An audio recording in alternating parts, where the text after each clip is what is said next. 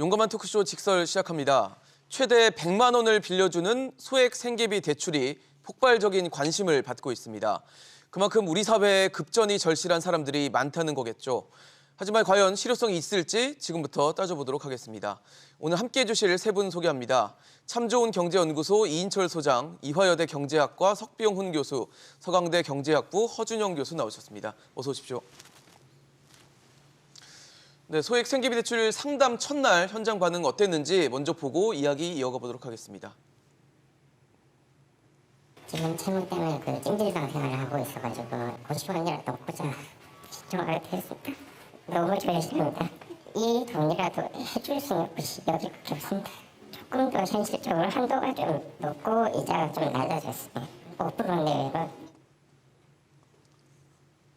네, 어제 이 소액 생계비 대출 상담을 받으러 온 한 분을 저희가 인터뷰를 해봤는데 참 안타까운 말씀을 해주셨어요. 찜질방에 지금 거주를 하고 있어서 그걸 고시원으로라도 조금 옮기고 싶다라는 말씀을 주셨는데 사실 급전이 필요하신 분들이 그만큼 많다라는 얘기고 어떻게 보면 벼랑 끝에 내몰려 있다라는 생각이 좀 드는데 이런 분들이 이제 나중에 결국 최종적으로 두드리는 곳이 불법 사금융, 우리가 흔히 사채라고 부르는 곳이잖아요. 근데 사채업자들, 특히 이 불법 사채업자들의 수법 같은 걸 보니까 굉장히 좀 뭐라 그럴까요? 좀 인간미 없다, 악질적이다 이런 생각이 좀 드는데 어떤 사례들이 있었습니까? 그렇습니다. 이제 소액 생계비 대출을 이제 신청하는 절차가 있어요. 일단 예약을 먼저 해야 하고요. 네네. 그리고 현장을 방문해야 가능합니다.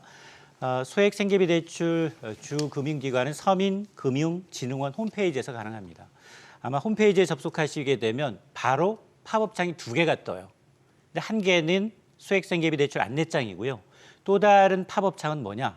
불법 사금융 피해주의보 안내장입니다. 피해주의보요? 예. 아니 이렇게까지 해야 하나? 통계를 보면 알 수 있는데요. 예. 지난해만 이 불법 사금융 피해가 10,000건이 넘습니다. 그렇게 많아요? 그리고 1, 2월 2달 동안 올해 접수된 게 지난해보다 2배 늘었습니다. 가장 충격적인 건 이 불법 추심 사례 가운데 성착취 추심 피해가 늘고 있다는 겁니다. 성착취 추심 피해요? 이 사례를 직접 들어보면 예. A씨의 경우에는 이 불법 업체로부터 30만 원 빌리는 조건으로 네. 한 파일 공유 애플리케이션을 스마트폰에 설치하라라고 요구를 받았습니다. 요구대로 응해서 예. 여기에다가 연락처, 자신의 사진을 전송했더니 상환일이 경과하니까 이 불법 업체가 음란물에 A씨의 사진을 합성했습니다. 합성을 했어요? 예. 그리고는 그것을 A씨 가족, 지인, 직장 동료에게 전송을 한 겁니다. 악질적이네요, 진짜. 이거보다 더 악질적인 예. 건 두 번째 사례인데요. 예. 생활자금이 필요했던 B씨의 경우에는 알몸 사진 찍어서 보내면 30만 원 바로 전송해 주겠다. 이 약속 믿고 네. 바로 이제 사진을 보냈더니 원금 포함해서 이 알몸 사진을 인터넷에 유포하겠다라는 이제 협박을 하면서 무려 연 4,000%가 넘는 고금리 이자를 받아낸 겁니다. 4,000%요? 이게 수치심이잖아요. 이게 너무 심하네요. 몸캠 피싱이라고 해서 네. 정말로 이 사적인 이 30만 원으로 시작해서 알몸 사진 믿기로 이제 4,000배가 넘는 이제 이자를 챙긴 셈인데 이건 사기를 넘어서 범죄거든요. 그렇네요. 이 디지털 성범죄입니다. 피해를 당하지 않는 게 가장 최선입니다. 그래도 만에 하나 피해를 당하셨다면 빨리 이 사진이 확산되기 전에 이제 경찰에 신고하고 이걸 막아야 합니다. 내려야 되거든요. 그렇죠. 참 30만 원 지금 정말 급한 네. 정말로 이 사람들의 경우에는 이제 이럴 거예요. 혹자들은 야 카드만 가져도 100만 원 내외는 바로 인출이 가능한데 저렇게까지 해야 되나라고 할 텐데 이분들은 연체가 있거나 예. 소득이 있거나 정상적인 금융생활 자체가 불가능하신 분들이에요.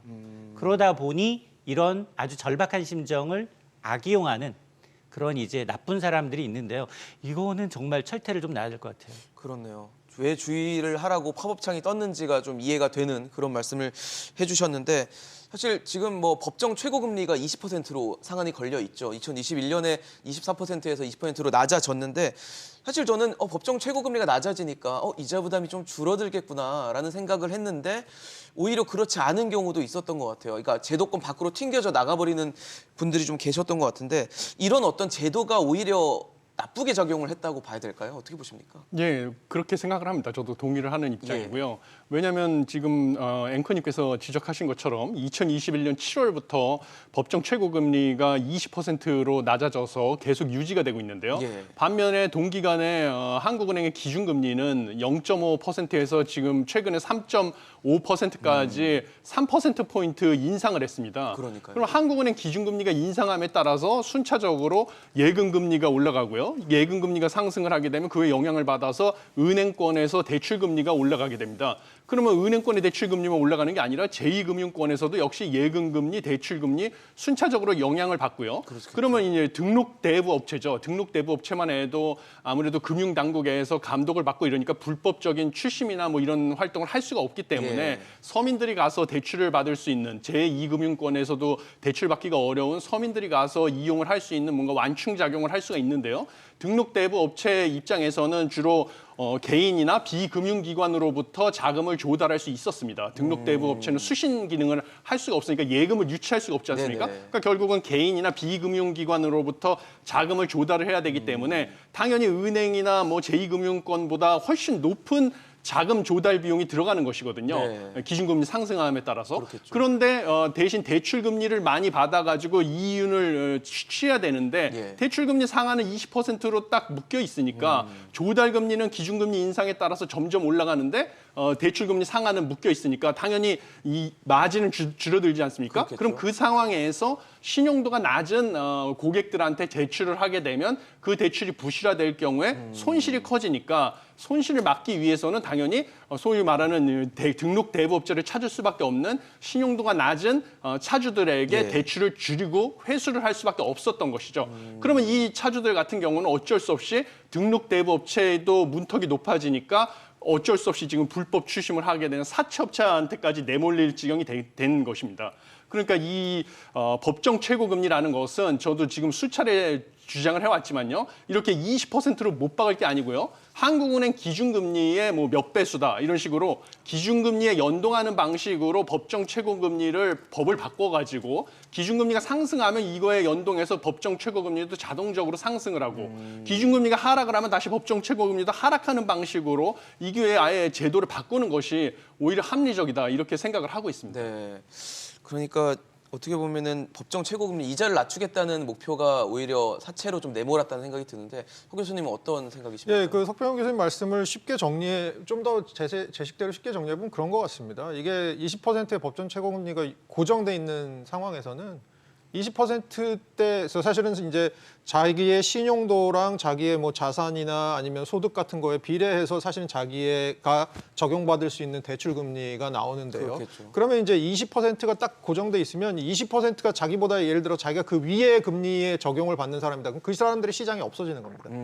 그렇게 생각하시면 되고요. 뭐 예를 들어 어떤 수조에 20%라고 딱 정해놓고 물을 채웁니다. 금리가 낮을 때는 물이 낮으니까 수조가 넘치지 않죠. 그렇죠. 거기다 물을 계속 채우게 되면 무슨 일이 벌어지냐면 금리가 올라가게 되면 무슨 일이 벌어지냐면 금리 밖으로 튀어나가는 물이 그 수조 밖으로 튀어나가는 물들이 네. 생길 수밖에 없는 거고 그 부분이 사실은 지금 사채 쪽으로 몰릴 수밖에 없는 분들이 점점 이 고금리 상황에서 높아질 수밖에 없는 현실이거든요. 그래서 프랑스 같은 경우는 아까 말씀 잠깐 해주신 대로 시장 금리에 연동하는 거랑 그다음에 금리를 적용하는 어떤 상품별로 12개 구간으로 나눕니다.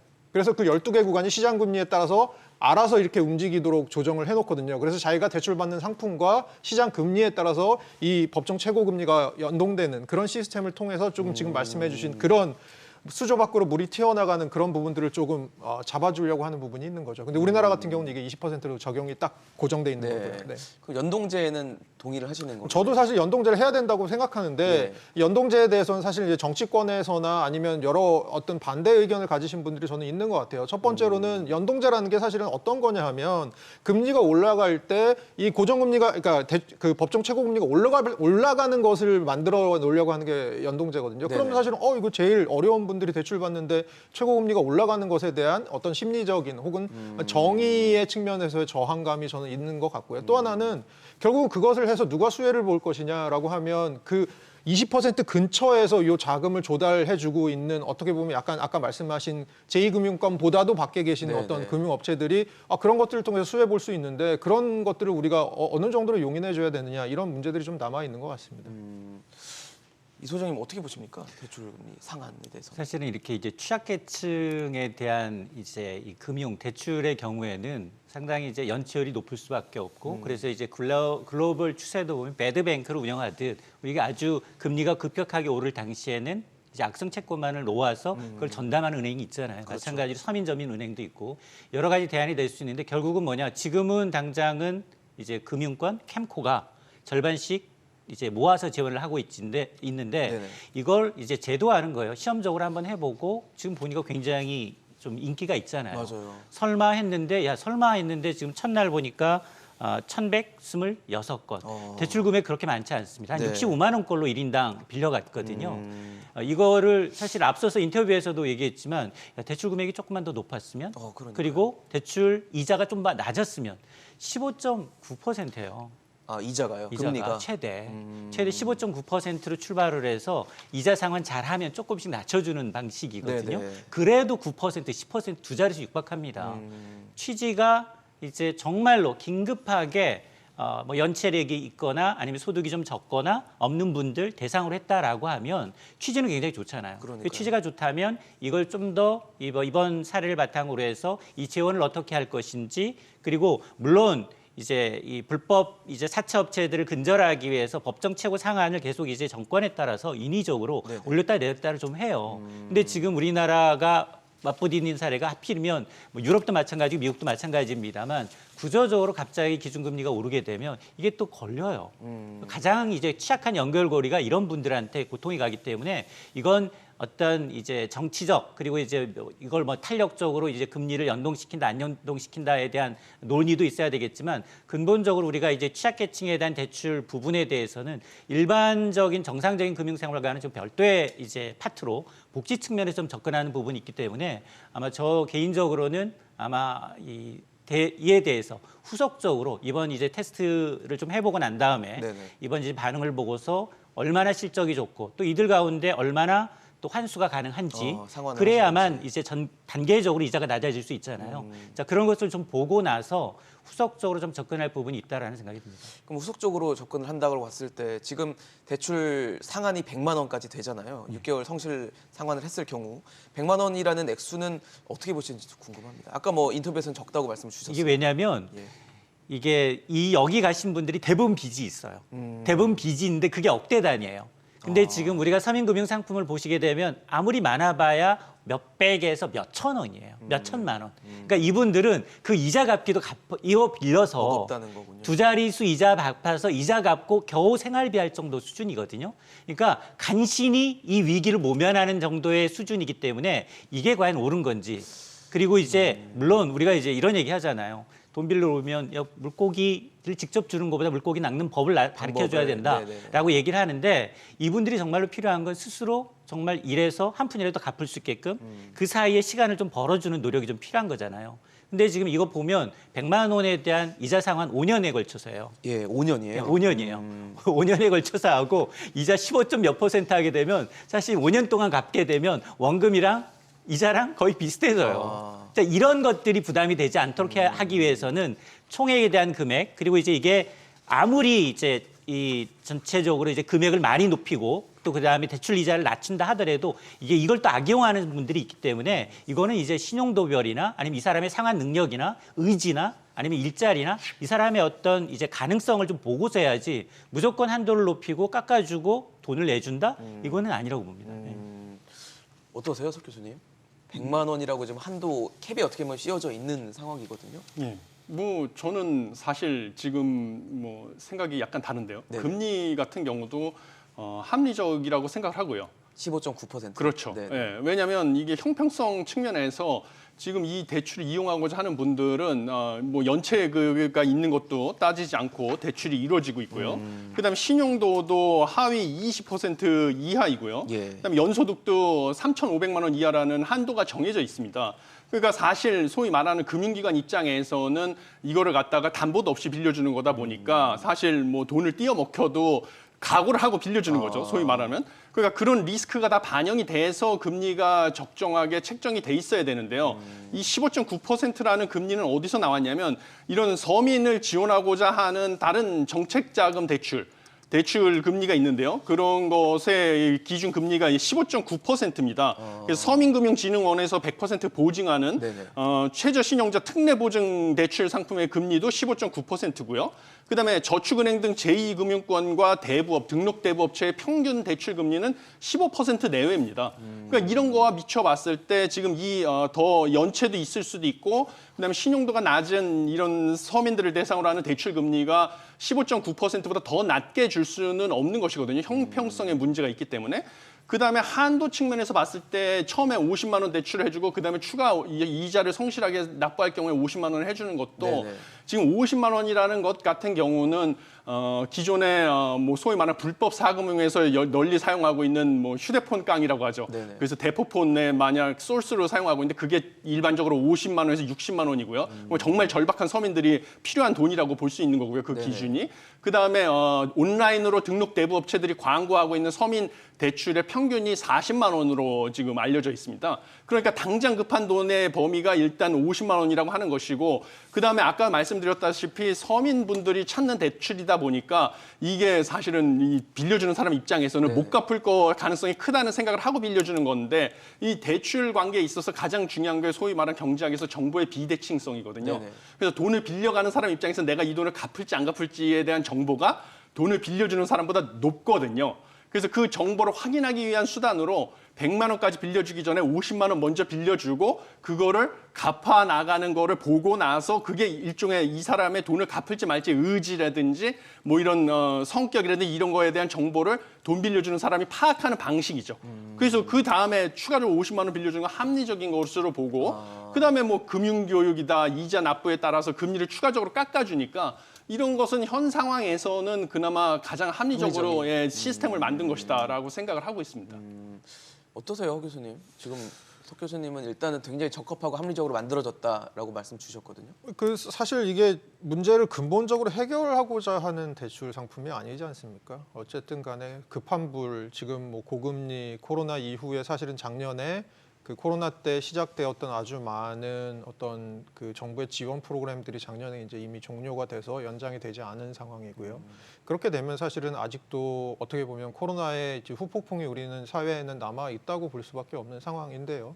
그 상황에서 뭐 일시적으로 지금 사금융 쪽으로 사채 쪽으로 가실 분들을 일시적으로 조금 그런 것들을 좀 완화시켜 드리겠다라고 하는 아주 일시적인 처방이니까요. 네네. 뭐 금액 측면이나 금리 측면에서 사실은 어떻게 보면 기존에 조금 더 높은 신용도에 비슷한 금리를 내면서 이렇게 대출을 하시는 분들과의 형평성도 생각하지 않을 수 없고 이런 부분들에 대해서 좀 있는 것 같습니다. 그래서 다만 아까 이제 우리 소장님도 좋은 말씀 해주셨는데 이 과정이 결국은 한 번의 게임이 아니고 여러 번 지금 앞으로 반복되어질 어떤 상황이라고 한다면 게임이라고 제가 말씀드려서 죄송합니다만 대출을 해주는 어떤 정부, 보증을 네. 해주는 정부의 입장과 그리고 이 대출을 해가시는 분들 사이에 여러 번 반복될 지금 라운드이기 때문에 네. 이 상황 속에서 서로 어떤 대출자들에 대한 정보를 더 잘 알고 그리고 그것들이 뭐 추후 상환 여부나 아니면 향후에 어떤 복지 프로그램이 어떤 식으로 접근을 해야 될지에 대한 더 좋은 정보를 쌓는 과정으로서의 의미도 저는 가진다고 생각합니다.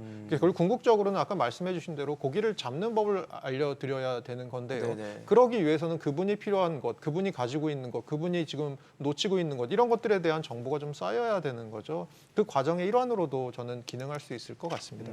그 일종의 지금 뭐 테스트 베드라고 봤을 때 네네. 이번 과정이 잘 이루어져서 뭐 상환되는 금액도 제법 되고 생각보다 많은 금액이 돌아온다면 금액을 늘리거나 혹은 이자를 낮추는 뭐 이런 방안에 대한 고민도 좀 해봐야 된다 보십니까? 네, 그것도 그렇고요. 예. 이거는 사실은 정부 입장에서 보면 제가 뭐 생각을 해보면 이 중에 뭐 상환이 아주 많이 일어나면 좋겠지만 이 중에 사실은 상환을 받지 못하는 금액도 어느 정도 있을 수밖에 없다고 생각을 합니다. 물론 이거는 정부의 지출이 아니고 대출이기 때문에 대출이라는 건 언제나 우리는 돌려받는 것을 생각하는 과정이라서 그렇긴 한데요.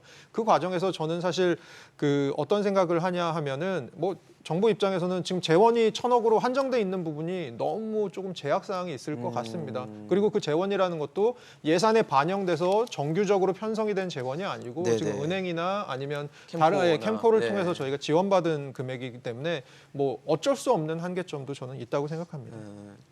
저는 어떻게 해서 지금 이자 저희가 보여드리고 있는데, 그러니까 지금 석 교수님 말씀은 이제 이 상환에 대한 확신이 없으니까 이런 어떤 일종의 50만 원 일단 주고 한번 이제 상환에 대한 어떤 상황이나 이런 것도 좀 보고 나서 하는 시스템은 뭐 굉장히 합리적으로 설계가 됐다 주셨거든요. 그러니까 우리는 늘 높은 곳만 봐요. 그래서 세 분의 경우에는 럭셔리에서 아마 저 사람들 지갑 속에는 심사인당이 20장 정도는 늘 있을 것 같은데 저분들의 경우에는 상황이 좀 달라요. 왜냐하면 생계비를 하는데 찜질방에서 생활하고 있어요. 집이 없으니까. 그러니까요. 긴급생활비 50만 원 먼저 받겠죠. 연체가 있으니까 6개월 정도 차분하게 이자를 잘 내면 네. 추가로 100만 원이에요. 근데 그게 끝이에요. 이건 1회면 끝납니다. 네네. 더 이상 받을 수가 없습니다. 근데 100만 원 갖고 우리가 1년을 살 수 있냐라고 생각해 보면 생계비가 될까요? 안 되죠. 안 되잖아요. 네네. 그러니까 물론 다른 이제 복지제도가 이분이 이제 어떤 거로 연결돼 있는지 잘 몰라요. 우리가 구체적인 그렇죠. 사항을. 예, 예. 그러니까 이제 그러다 보니 앞서 제가 이제 말씀드렸던 게 물론 이제 취지는 이제 최저 생계비 긴급하게 정말 소액으로 너무 급하게 이제 필요하신 분들 이제 다급하게 대부업체 찾지 마시고 이거 쓰세요라고 하는데 그분한테 돈이 100만 원이 가면 사실은 저는 급하니까 먼저 대출 이자 갚을 것 같아요. 대부업체. 지금 아까 봤잖아요. 이미 밀려 불법 추심이 엄청나게 기승을 부리고 있고 그러다 보니 저 생계자금 맞고요라고 거짓말을 하더라도 일단 받고 나서 가장 급한 거. 애들 이분들 무정 가정이 있을 수 있으니까 애들한테 쓸 수도 있고 여러 가지 자기 이제 필요한 부분도 쓸 수 있겠지만 가장 급한 건 빚이거든요. 근데 이분들이 빚이 없냐? 빚이 있는 상황이에요. 예, 예. 자, 그러다 보니까 그런 걸 감안하게 되면 연계해서 이 부분에 대한 이게 없어서 어차피 이제 1,000억이라는 정말 정부는 손 안 대고 코 푸는 격이에요. 캠코하고 은행이 은행 모아둔 돈이, 돈이고 예. 계획만 2025년까지 500억 원씩 각출하자라는 거지. 지금 예산도 안 돼 있는 상황이고 아마 이것이 이렇게 이제 지금 이슈로 떠오르게 되면 분명히 또 정치권에서 나설 거예요. 그러게 되면 이 금액 가운데 이 금액은 앞서 얘기했던 것처럼 정말로 갚을 수 없는 분들이 많고 아마 떼일 확률도 상당히 높을 겁니다. 네네. 근데 전 세계적으로 극빈층한테 대출해주면서 저걸 다 전액 환수해야지라고 하는 데는 없어요. 그럼에도 불구하고 우리가 높아진 물가 수준이며 이런 걸 감안하게 되면 단계적으로 높이더라도 이래 정말로 이분이 이제 생계비로 썼고 그리고 이제 의자를 갚을 의사가 있다. 그럼에도 불구하고 이제 연체한다. 이런 게 눈에 들어오잖아요. 자, 그런 걸 이제 파악하면서 단계적으로 저는 이 금액과 그리고 이자는 낮출 필요 있다고 봅니다. 이자는 정부가 이자 장사할 이유도 없는데 여기다가 지금 15%라고 하면 카드사의 대출하고 똑같아요. 그러면 이 의미가 사라져요. 이분들한테는. 그렇죠. 물론 금융교육 받거나 지금 저희가 화면에 보여드리는 것처럼 기간이 지나면 금리가 좀 낮아지긴 합니다. 10% 이내로 좀 떨어지긴 해도 어차피 당국도 생각하고 있는 게 이 돈은 돌아오지 않을 거야. 일정 부분은 분명히 우리가 돌려받지 못할 거라는 생각을 갖고 있다면 오히려 금리를 낮춰주는 것 어떨까라는 비판도 있을 것 같거든요. 어떻게 보세요, 석 교수님? KDI에서 연구 보고서가 있습니다. 그 보고서에 따르면 이 상품과 관련해서요? 이 상품과 관련된 건 아니고요. 예, 예. 2년 전인가 나온 보고서가 있는데요. 네네. 서민금융 관련된 연구 보고서의 연구 결과에 따르면 예. 이런 식으로 금리를 깎아서 서민금융 지원을 받은 서민들의 경우에는 지원안을 받은 경우에는 한시적으로 도움이 되는데요. 그 대출 상품 이용한 다음에는 나중에 오히려 또 다시 고금리 상품에서 대출을 받아가지고 다시 또 빚에 허덕이는 이런 경향이 강하다라는 연구 결과를 얻은 것으로 알고 있습니다. 그래서 무엇보다 그 연구의 그 핵심적인 포인트는 뭐냐면 서민들에게 이런 식으로 언발에 오줌 누기 식으로 한시적으로 금리 깎아서 정책자금 대출을 해주는 게 중요한 게 아니고 이것을 계기로 해서 뭔가 금융교육이나 금융지식을 쌓게 해주는 것이 중요하다. 이런 것이 사실 핵심 포인트였거든요. 그래서 제가 이번 제도에서 되게 중요하게 생각하는 점은 무엇이냐면 금융교육을 받게 되면 사전에 금융교육을 받게 되면 0.5%포인트의 금리를 깎아주는 혜택을 네. 준다는 점이죠. 그래서 그것이 무엇보다도 그런 KDI의 연구 보고서, 선행 연구에 대한 결과를 반영해서 이 급전을 받으러 오는 직접 대면 상담을 해야 한 다음에 대출을 받지 않습니까? 대면 상담을 하러 왔을 때 연체자의 경우에는 또 채무 조정에 대해서 또 상담을 받게 돼 있습니다. 그래서 기존에 가지고 있는 채무를 갖다가 어떤 식으로 조정을 해야 될지 전문가가 상담을 하고요. 그다음에 또 금융교육을 받을 인센티브가 충분히 있지 않습니까? 그렇죠. 금리를 깎아준다고 하니까. 그래서 그런 금융교육을 통해서 이번에 지원을 받는 하는 것이 엄발의 오줌 누기식 지원으로 끝나는 게 아니라 이번 것을 계기로 자신의 채무도 갚아가고 앞으로 또 금융 생활을 건전하게 이어갈 수 있는 좀 토대가 될 방식으로 이 만들어주는 계기가 될 것이라고 해서 그런 점에서 저는 합리적으로 설계가 됐다고 보는 것이고요. 금리 같은 경우는 뭐 금리 싸게 주고 뭐 지원 많이 해주면 싫어할 사람이 누가 있겠습니까? 다 좋죠. 예, 네. 그렇죠. 다 좋은 것이죠. 네. 그런데 이것은 엄연히 도덕적 성실하게 어려운 상황에서도 대출을 상환하고 살아가시는 소비 지출을 줄여서 살아가시는 분들이 있기 때문에 뭐 누구에게나 다 금리 싸게 정부가 막 놔줄 수 있는데 지금 이 고물가 상황에 정부 부채도 많은 상황에서 그런 식의 정책을 펼 수는 없는 것이고요. 무엇보다도 이런 어려운 서민분들이 지금의 고비를 넘기고 스스로 일어나실 수 있게 정부에서 이끌어주는 게 필요하기 때문에 예. 한정된 재원에서 효율적으로 사용하는 방식은 현 상황이 그나마 최선이다 이렇게 생각을 하고 있습니다. 지금 15.9%라는 금리 자체가 지금 다른 업권하고도 비교했을 때 뭐 모르겠습니다. 낮다고 보시는 분들도 물론 계실 것 같고 또 상대적으로 높다고 평가하시는 분들도 계실 것 같은데 금리가 받는 입장에서는 좀 부담스러울 수도 있을 것 같다는 생각도 들거든요. 어떻게 보세요? 받는 입장에서는 당연히 15.9%의 금리도 굉장히 높은 수준일 네네. 수밖에 없죠. 근데 지금 제 생각에는 제가 만약에 예를 들어서 개인 회생을 신청한다고 하면 최저 생계비라는 기준이 있습니다. 내가 개인 회생을 신청했을 때 내가 얼마 정도면 한 달을 살 수 있고 네네. 나머지는 다 갚아야 되는지에 대한 최저 생계비 기준이 있는데 1인 기준이 지금 한 달에 124만 원이고요. 124만 원이요. 네네. 2인 기준으로 보면 207만 원입니다. 사실은 그래서 저희가 지금 맥스로 나갈 수 있는 100만 원이라는 돈의 가치를 그것을 통해서 한번 생각해 볼 수 있는 거고요. 어떻게 보면 또 하나의 기능이 15.9%지만 저게 지금 정책에 의도하는 바 중에 하나는 저분들을 어쨌든 간에 정말 막다른 길로는 가지 네. 않게 하려고 하는 분의 기능도 하는데 또 그 기능에 있어서 아까 소장님 말씀해 주신 대로 이게 약간의 대환 대출의 기능도 하는 거죠. 예를 들어서 내가 이 생계비를 빌린 다음에 빚부터 갚는다고 하면 이게 약간은 대환 대출의 기능, 아주 그러네요. 작은 규모의 네. 대환 대출의 규모 기능을 하는 거기 때문에 지금 뭐 저 정도의 금리가 높다고 볼 수도 있지만 또 저 정도의 금리가 그분들이 그것이 아니면 100만 원을 어딘가에서 빌렸을 때 지불해야 되는 금리보다는 확실히 낮을 수 있다는 건 사실이죠.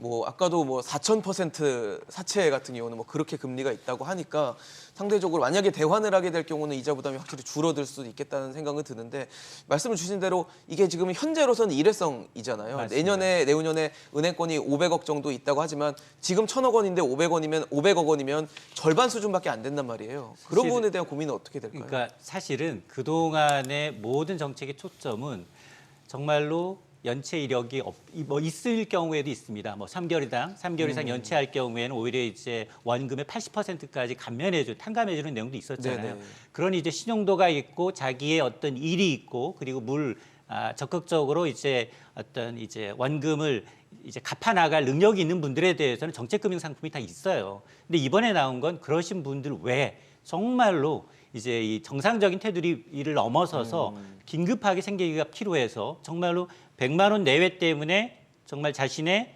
몸 장기를 이제 서슴없이 이제 이 대출업체한테 이제 담보로 맡겨야 되는 그런 정말 절체절명의 극한의 상황이네요. 그렇습니다. 극한 네. 상황에 있는 분들이기 때문에 아마 어떤 거라도 잡을 거예요. 여기서 뭐 돈만 된다고 하면 15%가 아니라 네네. 20%라고 하더라도 좀 지푸라기라도 잡아야 지푸라기라도 되나? 네. 잡는 심정으로 아마 네. 나올 거예요. 그러다 보니까 웹사이트 홈페이지가 이제 먹통이 되고 네. 아마 이제 저 첫날부터 이제 한 나흘 만에 전체 이제 예상했던 인원이 다 신청할 정도니까 아마 굉장히 이제 이런 이제 취약계층에 있는 분들이 많다라는 걸 이제 이번 알았기 때문에 네네. 아마 이쪽 부분에 대한 어떤 정책 금융 상품이 이게 지금 초기잖아요. 네. 초기고 테스트 베드라고 아까 말씀을 드렸기 때문에 아마 좀 더 업그레이드 되기 위해서는 이분들이 정말로 이제 데이터베이스가 돼서 정말 실제로 금리 인하 혜택을 받을 수 있을 만큼 6개월 정도 연체 이력이 없이 성실하게 상환 납부가 가능한가를 봐야 되고요. 네. 또 그다음에 정말로 그런 분들에 대해서는 이자가 9.4%보다 더 낮아질 수도 있겠죠. 근데 이제 그렇지 않은 경우에는 아마 이 기금을 모으는 게 굉장히 더 중요하다고 보거든요.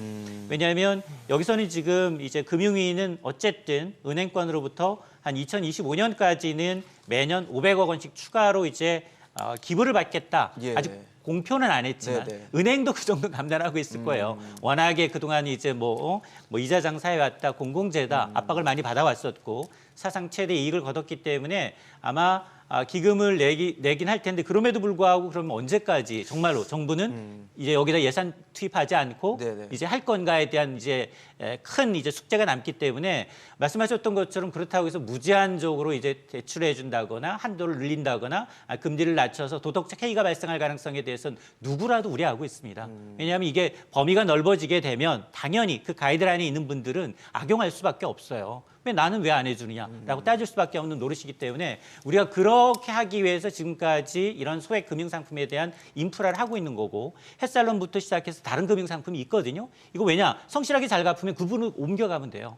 이분들은 지금까지 연체가 있기 때문에 제도권 금융상품에 접근을 못하는 거거든요. 그러니까 차별화되게 제도권 금융상품으로 옮겨갈 수 있게끔 서민금융상품으로 더 좋은, 더 나은 이자로 금액으로 나아갈 수 있게끔 단계를 계산하는데 근데 맨 첫 단계 가장 취약하고 바닥에 수렁에 빠져 있는 사람들 건져낸다. 네네. 이런 느낌으로 출발한 거라고 저는 생각을 하거든요.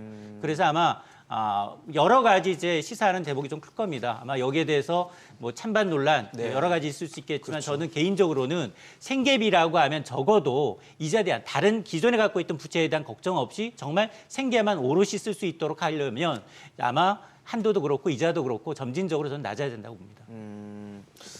어떠세요, 석 교수님? 사실 지금 이제 재원 자체가 굉장히 한정적이다 보니까 이게 지속 가능성이 있을까에 대한 의문은 계속 생기는 것 같은데 뭐 그냥 일회성 이벤트로 끝내야 된다 보십니까? 뭐 지속 가능하면 좋겠죠. 예, 예. 재원이 한정적이. 그렇기 때문에 이 아무래도 좀 이렇게 제일 어려운 분들한테 대출을 하는 거다 보니까 그거를 갖다가 가급적이면 회수를 해서 여러분들한테 혜택이 갈 수 있게 하는 방법을 강구하는 것이 가장 중요한 것입니다. 그리고 방금 전에 그 이인철 소장님께서도 중요한 말씀을 해주셨는데요. 지금 어려운 분들이 이것으로 도움을 받아서 더 좋은 정책자금 대출, 서민을 위한 더 좋은 정책자금 대출로 옮겨갈 수 있는 발판으로 활용할 기회를 만들어줘야 된다. 이렇게 말씀하셨는데요. 그렇기 때문에 금리가 15.9%보다 낮아지면 안 된다고 제가 얘기를 하는 겁니다. 왜냐하면 이거보다 더 위의 단계의 정책자금 대출의 금리가 15.9%거든요. 그거보다 이거 금리가 낮으면 한도가 이거는 그거보다 작지만 네네. 금리가 더 싼데 못하라 이 정도 한도면 내가 충분하다고 하는 경우에는 더 위의 단계의 정책자금 대출로 넘어갈 인센티브가 없지 않겠습니까? 뭐 그러니까 지금 현재 15.9%의 금리라는 것은 이거보다 더 위의 네. 단계의 정책자금 대출 금리와 맞춘 거기 때문에 뭐 합리적인 수준으로 결정이 된 거고요. 대신 한도는 더 작지만요. 그리고 이 한정된 재원을 가지고 가급적이면 최대한 많이 회수를 해서 그리고 또 다른 서민들한테 혜택을 주고 지속적으로 이런 정책을 유지하기 위해서는 일단 50만 원을 먼저 대출을 하고 그 정부의 비대칭성이 있기 때문에 그 6개월간 이거를 상환하는 패턴을 봐서 이거를 회수할 수 있다고 판단하는 분한테 추가적으로 50만 원을 대출을 하고 이런 식의 시스템을 만든 것이죠, 스킴을. 그리고 이자 같은 경우도 제대로 상환을 하면 이자를 깎아준다라는 인센티브를 유인을 제공을 해야지만 네. 또 열심히 소비 지출을 줄여가지고 대출을 받은 분도 상환을 할 유인이 생기지 않겠습니까? 그래서 이게 제도의 지속성을 위해서도 이런 식의 시스템, 스킴을 만드는 것이 필요한 것이고요. 그다음에 중요한 것은 무엇이냐면 이 재원이라는 것도 결국은 이번에 만든 재원은 금융기관, 은행, 제1금융권이 사실 이자 수익으로 사상 최대의 수익을 얻었는데 뭐 사회공헌이 5%에서 6%에 불과하다라고 해서 비난을 받으니까 뭐 자발적으로 낸다고 해가지고 출자한 돈으로 1,000억을 조성하라고 앞으로 2년간 500억씩 추가로 출자를 해서 조성을 한다고 하는데요. 네. 그 다음부터는 사실 어떻게 될지 모르는 거 아닙니까? 그러니까요. 예. 그런데 이거를 갖다가 제대로 회수를 하지 않으면 금방 소진이 돼서 다 네. 떼어먹히고 없어지고 뭐 이러면 그 다음부터는 있던 제도가 없어지게 되면 네. 예, 뭐 줬다 뺏는 게 어딨냐 뭐 이런 식의 감정이 생기니까 결국은 또 정부 재원이나 뭐 이런 게 나와가지고 네네. 다시 이 제도를 운영해야 되니까 이거는 또 예산이 들어갈 수밖에 없는 상황이고요. 그래서 중요한 것은 금융기관도 밑빠진 독에 물 붓기처럼 계속 이렇게 금융기관도 지금 뭐 만약에 금융위기가 촉발되거나 이래서 수익이 낮아지는 경우가 생길 수가 있는데요. 그 매년 500억씩 출자를 강요할 수도 없는 일이고 뭐 이러니까 현재 한정된 재원을 효율적으로 사용하기 위해서라도 지금 이 대출을 받는 분들에게 철저하게 회수를 할 수 있게 금융교육 그다음에 상환을 할 수 있는 인센티브 차원에서 뭐 금리 인하라는 스킴이라든지 이런 거를 철저하게 유지를 하는 것이 무엇보다 중요하다 이런 생각을 하고 있습니다. 참 모르겠습니다. 찬반이 있을 수밖에 없고 이게 대상이 모든 사람이 대상이 아니기 때문에 거기서 또 문제나 논란이 또 있을 수밖에 없는 상황인 것 같은데 결국 그런 말씀 주셨잖아요. 물고기 잡아주는 거 말고 물고기 잡는 방법 그리고 잡는 도구 이런 것들을 좀 도와줘야겠다는 생각은 드는데 그런 방향성에 대해서는 뭐 어떤 부분을 우리가 좀 강구를 해봐야 될까요? 사실은 아까 저는 첫 번째로는 좀 시간을 벌어들이는 게 필요할 것 같다는 생각이 좀 드는 게요. 어쨌든 간에 2020년 코로나 터지고 나서 지금까지 사실 몇 년간 너무 어려웠지 않습니까? 어려운데 작년부터는 인플레이션 때문에 금리가 올라가는 일까지 벌어져서요. 뭐 올해 한국 경제가 굉장히 안 좋을 것 같은데 금리까지 너무 높으니까 우선 시간을 벌어야 될 부분도 저는 있을 것 같아요. 그런 측면에서는 한시적으로라도 예산에다 조금 못을 박아두는 것도 조금 필요할 것 같고요. 이런 부분들을. 그러면서도 뭐 결국은 저희가 복지라고 얘기하는 것이 일자리가 최고의 복지라고 얘기를 저희가 보통 하지 않습니까? 그렇죠. 그러면 사실은 각각의 이 대출을 내시는 분들이 어떤 상황에 놓여 있는지 아까 저도 잠깐 말씀드렸지만 이런 것들을 이 대출 프로그램을 통해서 조금 더 알아가는 과정. 그래서 정부가 그것들 물론 반대로 생각하면 그럼 정부가 빅브라더가 되겠네라는 생각들을 좀 부작용도 생각할 수밖에 없지만 그럼에도 불구하고 지금처럼 굉장히 어려울 때는 그런 부분들에 대해서 정부가 더 아는 것이 사실은 무엇보다도 중요하다고 생각합니다. 그러면은 지금 500억 원 일단 은행권에서 기부로 하고 내년 내후년까지도 500억 원을 내놓는다고 하는데 뭐 추가적으로 좀 은행권이 차라리 더 내야 되는 뭐 그런 상황에 대해서는 어떻게 보십니까?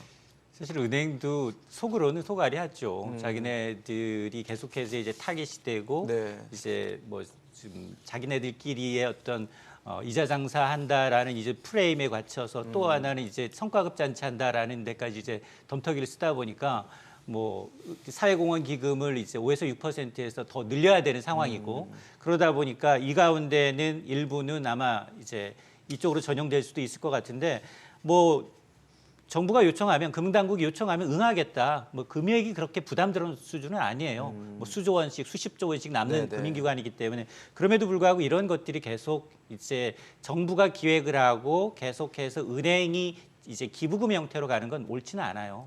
왜냐하면 은행도 이제 주주가 있는 회사고 네네. 그리고 이제 지난해 굉장히 사상 최대 이익을 올렸지만 그렇지 않기 때문에 특히나 이제 위기 시에 가장 취약한 곳은 앞서 얘기했습니다만 우리가 다른 데도 마찬가지고 이게 지금 뭐 가장 위협한 게 부동산발 PF고 네. 부동산발 PF 하면 중소건설사들, 증권사들 이런 데거든요. 근데 이분들이 지금 하루하루 일당을 벌어서 하는 일자리 현장이 바로 건설 현장일 경우가 상당히 높거든요. 일용직. 네네. 그러니까 하루 일해서 이제 정말 그 생계를 유지하는 그런 분들이 많기 때문에 아마 지속적으로 이제 그 상담을 하면서 이분들이 이제 일자리 상황 그리고 아마도 이제 물론 뭐 회수 대출해서 하는 과정에서 이제 어느 정도 신뢰를 보여주는 것도 중요하지만 정말로 자기가 벌어서 자기가 갚을 수 있도록 정부가 교육을 통해서 이분들이 합리적으로 안정적으로 일할 수 있는 일자리를 이제 유도하는 것도 굉장히 중요하거든요.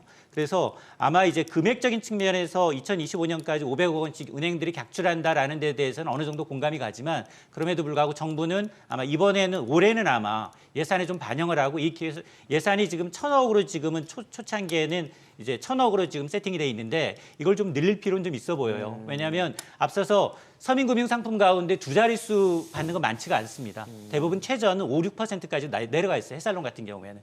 그러니까 15.9%를 최고가 이 최고 제점으로 이제 시작을 해서 여기는 그 다음에 이제 인센티브를 주는 과정으로 해서 최저가 9.4까지 내려오지만 다른 이제 금융상품의 경우에는 네. 두 자릿수 넘어가는 게 많지가 않거든요. 그러니까 이분들에 대한 이제 부담을 좀 더 덜어주기 위해서라도 저는 이제 금리의 경우에는 이제 어차피 시중 금리와 이제 연동은 되겠지만 최초 이제 기획된 금리보다는 좀 낮아야 된다는 데는 변함이 없습니다.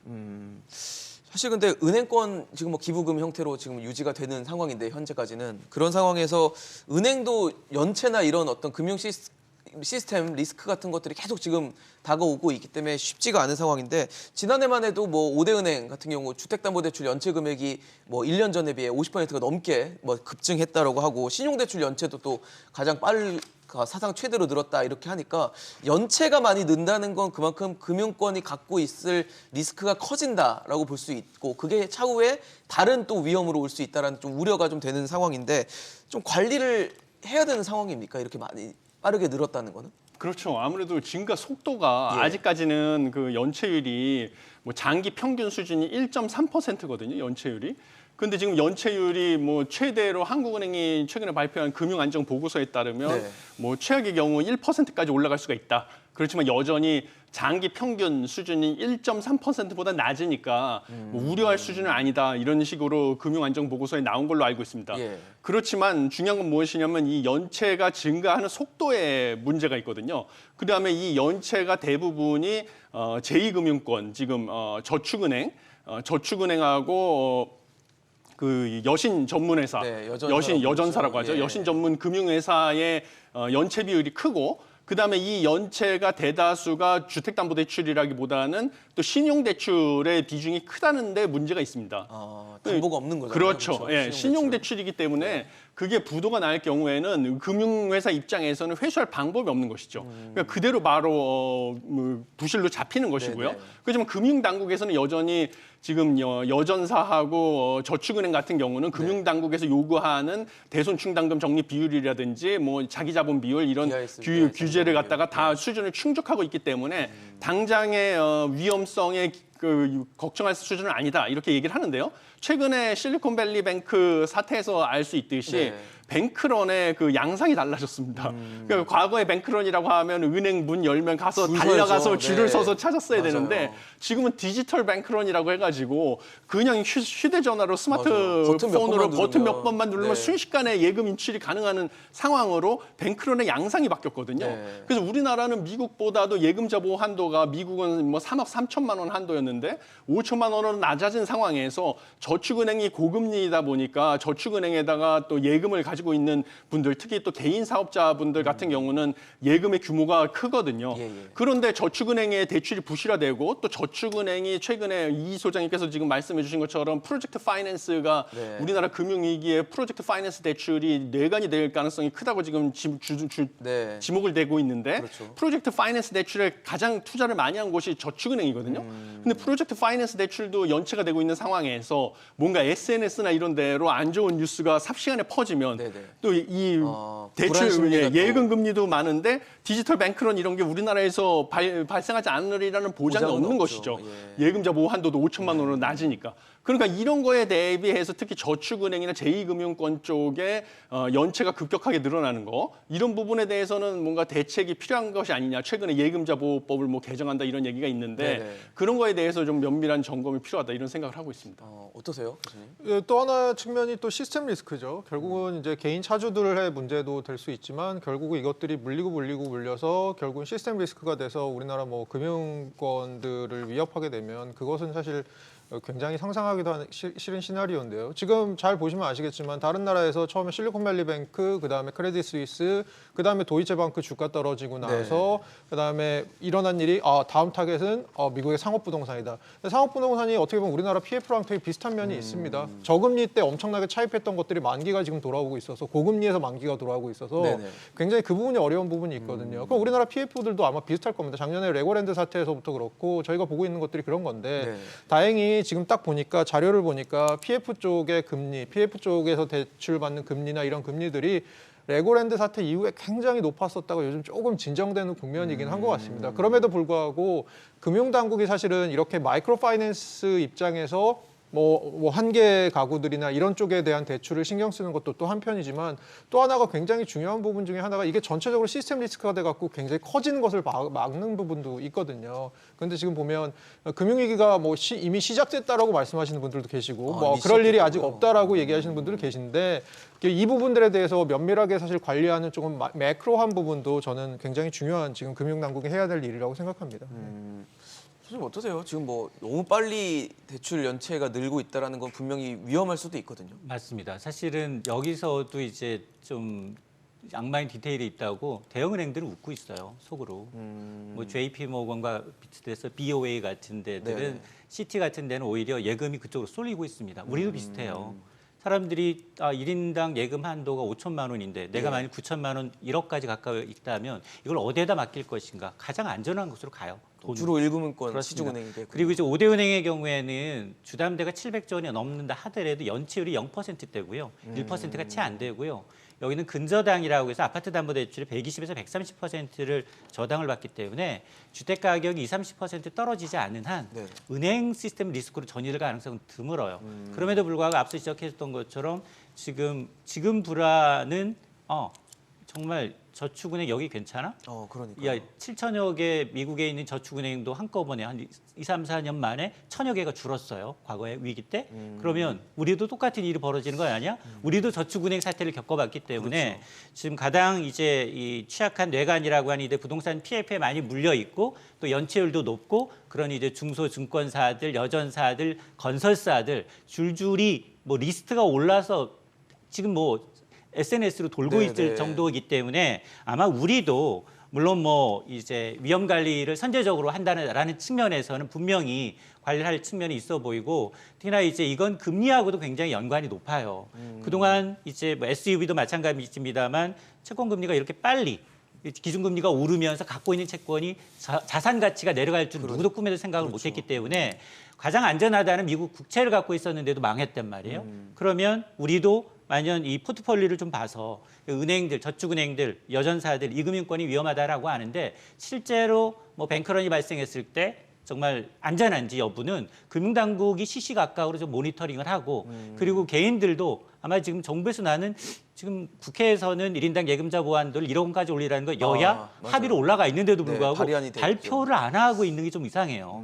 왜냐하면 8월에 뭐 발표한다는 얘기가 그러니까 있더라고요. 너무 늦다는 거죠. 8월이면 지금 아니 유럽 최대 은행 도이치뱅크까지 흔들리고 있는 마당에 아시아에서 지금 어디냐 뭐 중국으로 갈지 이 위기가 다시 한국으로 올지는 모르겠습니다만 이게 지금 잔여 불씨 가운데 하나거든요. 네네. 금융시장에 가장 불안한 게 어디서 뭐가 터질지 모른다라고 하는 불인데 우리가 알고 있는 부동산 PF가 뇌관이라고 하면 이거는 지켜야 되고 점검을 할 필요가 있다고 봅니다. 알겠습니다. 오늘 말씀 여기까지 듣도록 하겠습니다. 지금까지 이인철 소장, 석비영 훈훈교수, 허준영 교수와 함께했습니다. 세 분 말씀 잘 들었습니다. 소액 생계비 대출 상담 예약을 받아보니 2만 5천여 명이 상담을 신청했습니다. 서울에 살지만 대출을 빨리 받기 위해 대전에 있는 센터 상담을 예약하신 분도 있었다고 합니다. 그만큼 경제적으로 어려움을 겪는 분들이 많다는 얘기일 겁니다. 소액 생계비 대출 흥행이 씁쓸하게 느껴지는 이유입니다. 오늘 용감한 토크쇼 직설 여기까지입니다. 함께해 주신 여러분 고맙습니다.